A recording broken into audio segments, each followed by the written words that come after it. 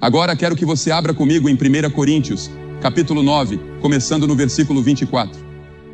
Não sabeis vós que os que correm no estádio, todos na verdade correm, mas um só leva o prêmio? Correi de tal maneira que o alcanceis, e todo aquele que luta de tudo se abstém. Eles o fazem para alcançar uma coroa corruptível, mas nós, uma incorruptível. Assim corro também eu, não sem meta. Assim luto, não como desferindo golpes no ar. Antes, subjugo o meu corpo e o reduzo à servidão, para que, tendo pregado a outros, eu mesmo não venha a ser reprovado. E depois, no 3º capítulo, versículo 12, continuando no próximo capítulo. Aquele, pois, que pensa estar em pé, veja que não caia. Não veio sobre vós tentação, senão humana. Mas fiel é Deus, que não vos deixará tentar acima do que podeis. Antes, com a tentação, dará também o escape, para que a possais suportar. Os jovens, hoje em dia, enfrentam muitos problemas, especialmente a pressão dos colegas. E a palavra mais difícil para os jovens dizerem hoje é uma pequena palavra: não. Seja com drogas, seja ao pegar um cigarro, seja ao se envolver em sexo ilícito, o que for, essa é a palavra mais difícil. Você consegue dizer não quando a pressão dos colegas aparece? Quando os hormônios começam a subir? Quando a emoção está presente? Sim, todos nós somos tentados. Mas nenhuma tentação veio sobre você que outros não tenham enfrentado. Você pergunta, mas Jesus também foi tentado assim? Claro que foi. A Bíblia diz que ele foi tentado em todas as coisas como nós, mas sem pecado.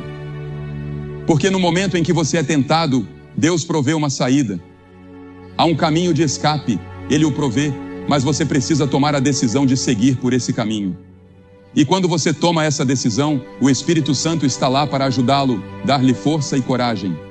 E então, outro exemplo de jovem na Bíblia é Daniel. Em Daniel 1:8 diz: Daniel propôs no seu coração não se contaminar com a porção das iguarias do rei, nem com o vinho que ele bebia. Daniel era um jovem com propósito. Sua motivação para servir a Deus veio cedo, porque Nabucodonosor, o grande rei da Babilônia, foi até Jerusalém, capturou a cidade, o rei e alguns jovens judeus que ele queria levar para a Babilônia, para treiná-los na língua e nos costumes babilônicos, para que pudessem ajudá-lo a governar seu império. E um desses jovens era Daniel. Ele queria jovens sem defeitos, de boa aparência, instruídos em toda a sabedoria, com conhecimento e entendimento de ciência. Ele queria que Daniel fosse proficiente em física e nos estudos científicos da época. Durante o período de treinamento, trouxeram as melhores comidas para Daniel. Mas Daniel queria um estilo de vida simples. Ele preferia alimentos simples e não queria comer as iguarias ricas da mesa do rei. Ele pediu ao chefe do programa de treinamento, seu professor, para seguir essa dieta, mas o professor hesitou e disse: se o rei descobrir, eu perco a cabeça. Então Daniel sugeriu: por que você não nos dá 10 dias para tentar? Assim, durante 10 dias alimentaram Daniel e seus amigos apenas com legumes e água, a comida simples que ele costumava comer. E ao fim dos 10 dias, Daniel e seus amigos estavam mais fortes e com melhor aparência do que todos os outros que haviam comido as iguarias da mesa do rei. Quão diferente foi a atitude de Daniel em comparação com aqueles que mal esperam sair de casa para se entregar a excessos. Daniel havia sido levado a 1.500 milhas de distância de casa. Quem saberia ou se importaria se ele bebesse vinho, se embriagasse, comesse as iguarias do rei e levasse uma vida luxuosa? Mesmo longe de casa, Daniel viveu a vida que aprendera a viver como um jovem temente a Deus. Ele poderia ter ganho popularidade ao se entregar aos prazeres, mas aquele não inicial em sua juventude o preparou para dizer não em momentos decisivos. Foi esse não que o sustentou quando enfrentou a cova dos leões e quando ficou diante de Belsazar, o rei. Ele disse não, porque aprendera desde cedo que nos contaminamos com excessos. A Bíblia menciona 11 vezes os perigos da gula, do consumo excessivo de álcool, do uso de drogas e até do excesso de entretenimento como televisão. Em Lucas 21:34, Jesus disse: acautelai-vos por vós mesmos para que nunca vos aconteça que os vossos corações fiquem sobrecarregados com orgias, embriaguez e preocupações desta vida, e aquele dia vos pegue de surpresa. Paulo alertou: Não façais provisão para a carne, a fim de satisfazer as suas concupiscências. Pedro também disse: porque no tempo passado andastes em dissoluções, concupiscências, excessos de vinho, glutonarias, orgias e abomináveis idolatrias.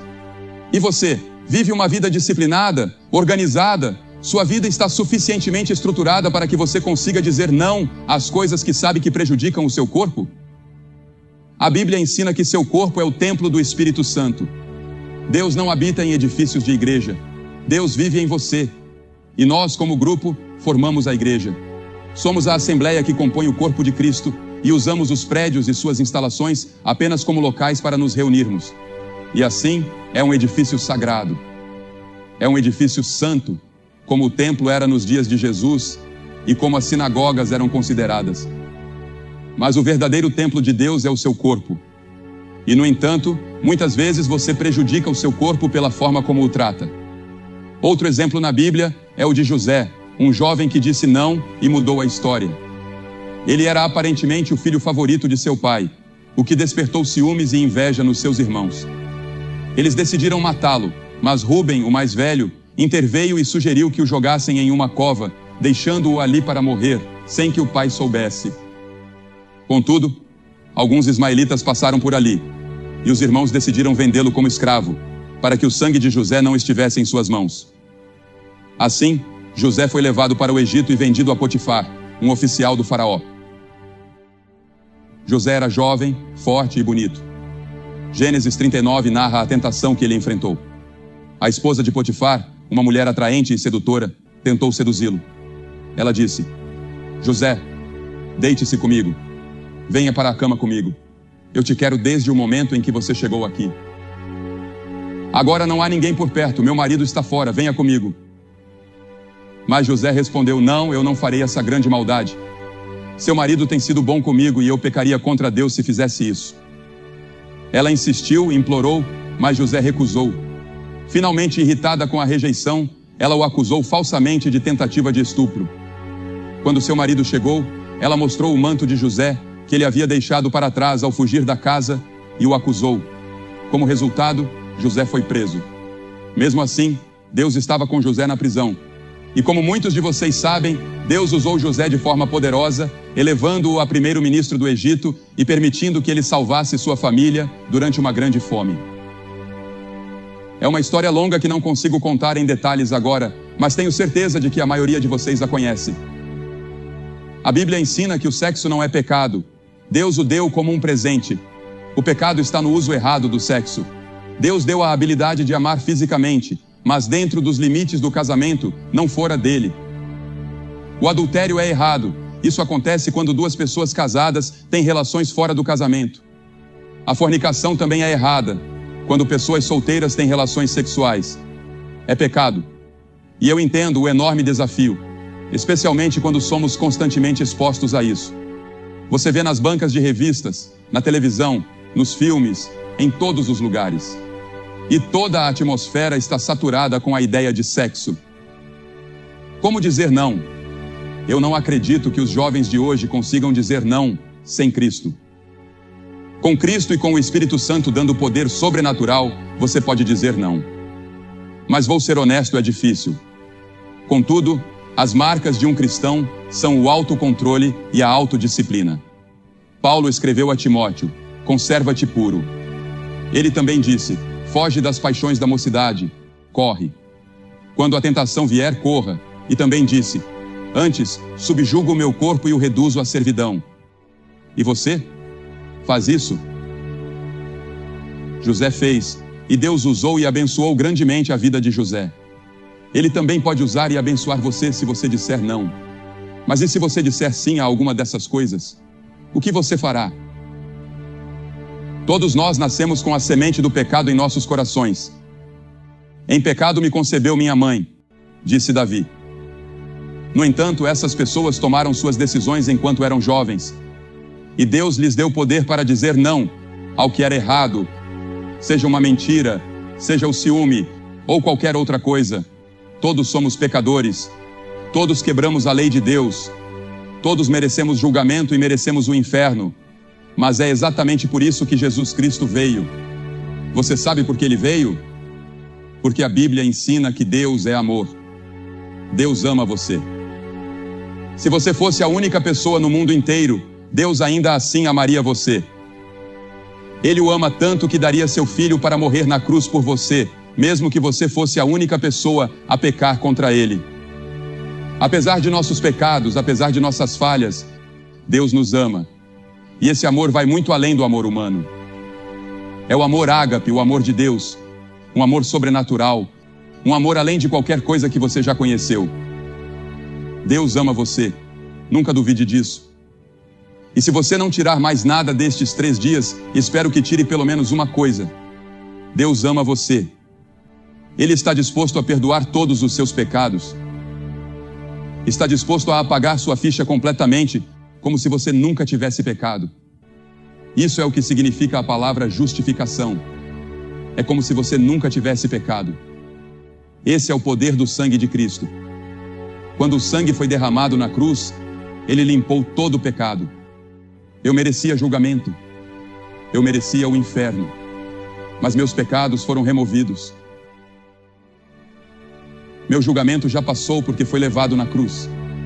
Deus colocou sobre Cristo os pecados de todos nós. E por isso eu não vou para o inferno. Eu sei que vou para o céu. Se eu morresse agora, sei que iria para o céu por causa da promessa da palavra de Deus. Se confessarmos com nossa boca que Jesus é o Senhor e crermos em nosso coração que Deus o ressuscitou dentre os mortos, seremos salvos. Eu fiz isso. Sei que sou salvo. Mas a todos quantos o receberam, deu-lhes o poder de serem feitos filhos de Deus aos que creem no seu nome. Outro exemplo de alguém que decidiu dizer não enquanto jovem foi Moisés. A Bíblia diz que pela fé Moisés, quando já era homem feito, recusou ser chamado filho da filha de Faraó. Escolheu antes ser maltratado com o povo de Deus a usufruir os prazeres transitórios do pecado. Note, ele escolheu. Sim, o pecado pode trazer prazer.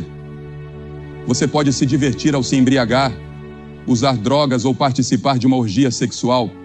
Pode haver prazer, mas é curto, é passageiro, dura apenas uma estação, logo acaba. Moisés decidiu escolher o caminho de Deus. Frequentemente imaginamos Moisés como um homem idoso com uma longa barba, mas foi em sua juventude que ele tomou as decisões que o levaram à grandeza. Na Bíblia existe uma diferença entre prazer, de um lado, e alegria, do outro. Quem ama os prazeres, empobrecerá, diz o autor de Provérbios. Paulo escreveu a Timóteo: mas aquele que vive nos prazeres está morto, mesmo enquanto vive. Fisicamente você pode estar vivo, mas espiritualmente seu coração está morto para Deus. Você pode ser como um homem morto. Recentemente escrevi um livro sobre a morte chamado Encarando a Morte, que será lançado neste outono. Nele abordei questões como eutanásia, suicídio e outras discussões atuais. O que é certo? O que é errado? Como enfrentamos essas situações? A Bíblia diz em 2 Timóteo que, nos últimos dias, os homens serão mais amantes dos prazeres do que amantes de Deus. O prazer apela à nossa carne e aos nossos desejos. Mas a alegria é algo diferente. Ela é profunda. Não importa o clima, os problemas ou as dificuldades, a alegria permanece. Essa alegria é produzida sobrenaturalmente pelo Espírito Santo dentro de você, de modo que, mesmo que o mundo inteiro desabe, ela continua presente. Em nossa propriedade, temos cerca de 15 a 20 nascentes, e a maioria delas seca em épocas de seca.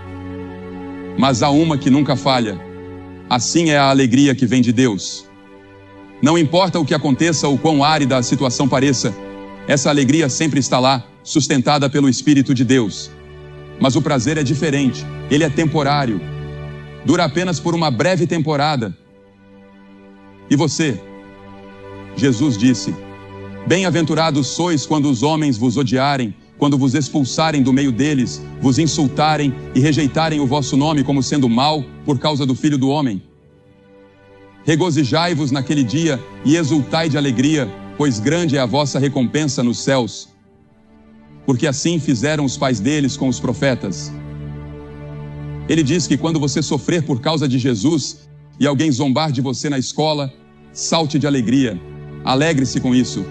Você está fazendo isso por amor a Jesus. Ele também disse: regozijai-vos, porque os vossos nomes estão escritos nos céus. O seu nome está escrito no céu? Se está, regozije-se. Se não está, é melhor chorar e buscar a Cristo até que esteja.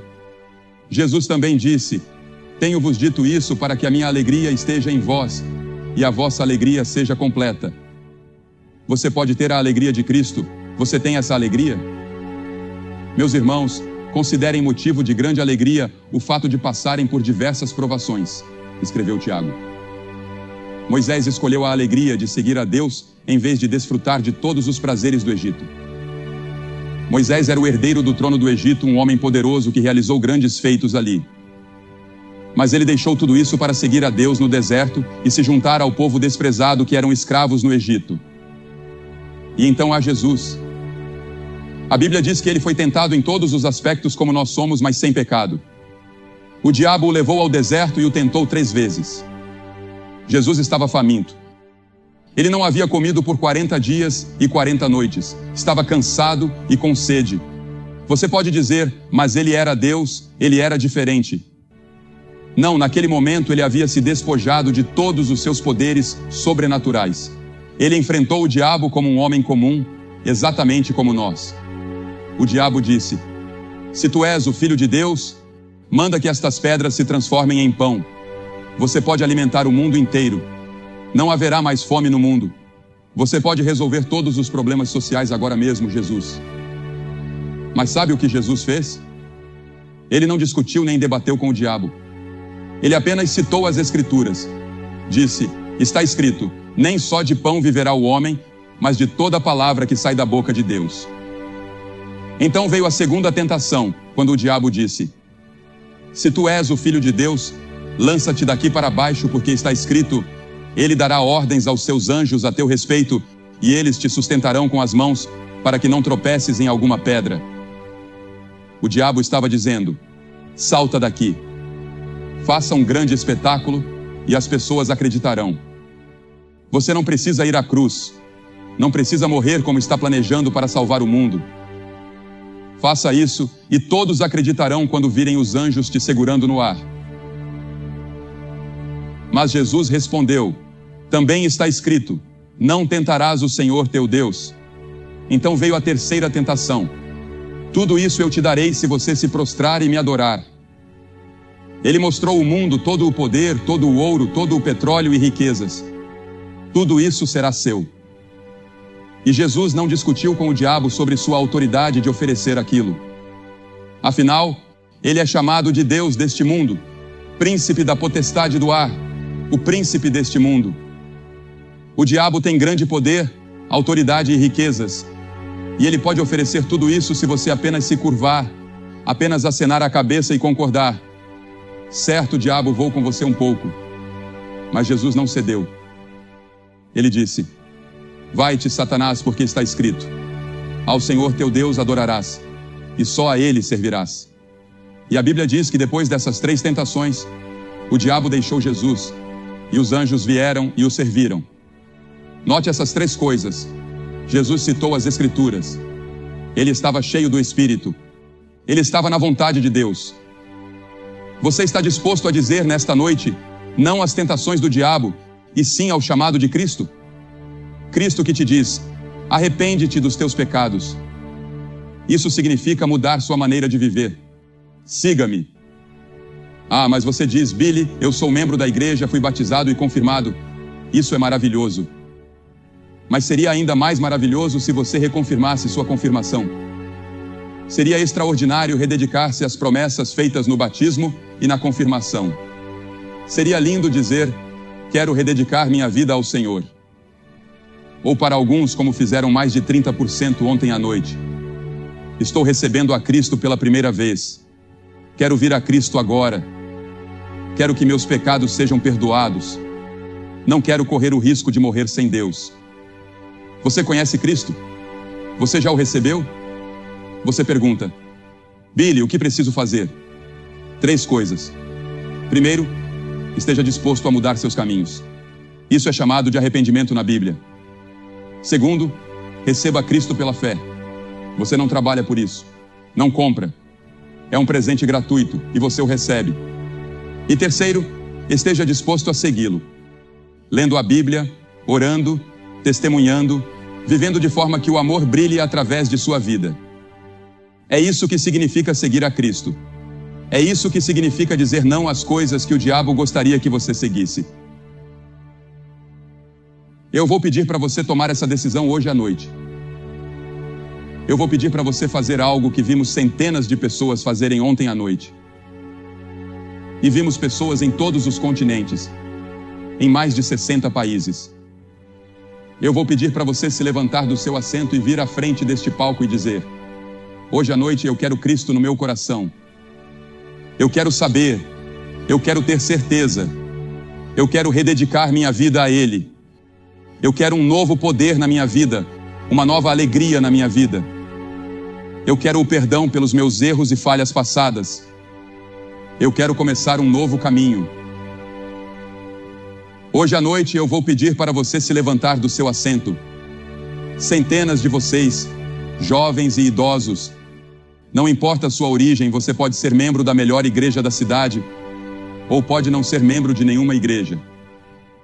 Mas Deus falou com você hoje à noite. Há uma pequena voz dentro de você falando com você, talvez fazendo você se sentir desconfortável. Essa é a voz do Espírito Santo. E sem o seu chamar, falando e convencendo, você nunca virá a Cristo. Então se levante e venha. Agora centenas de vocês, apenas se levantem do seu assento e venham ficar aqui quietos e reverentemente. Vamos esperar por vocês.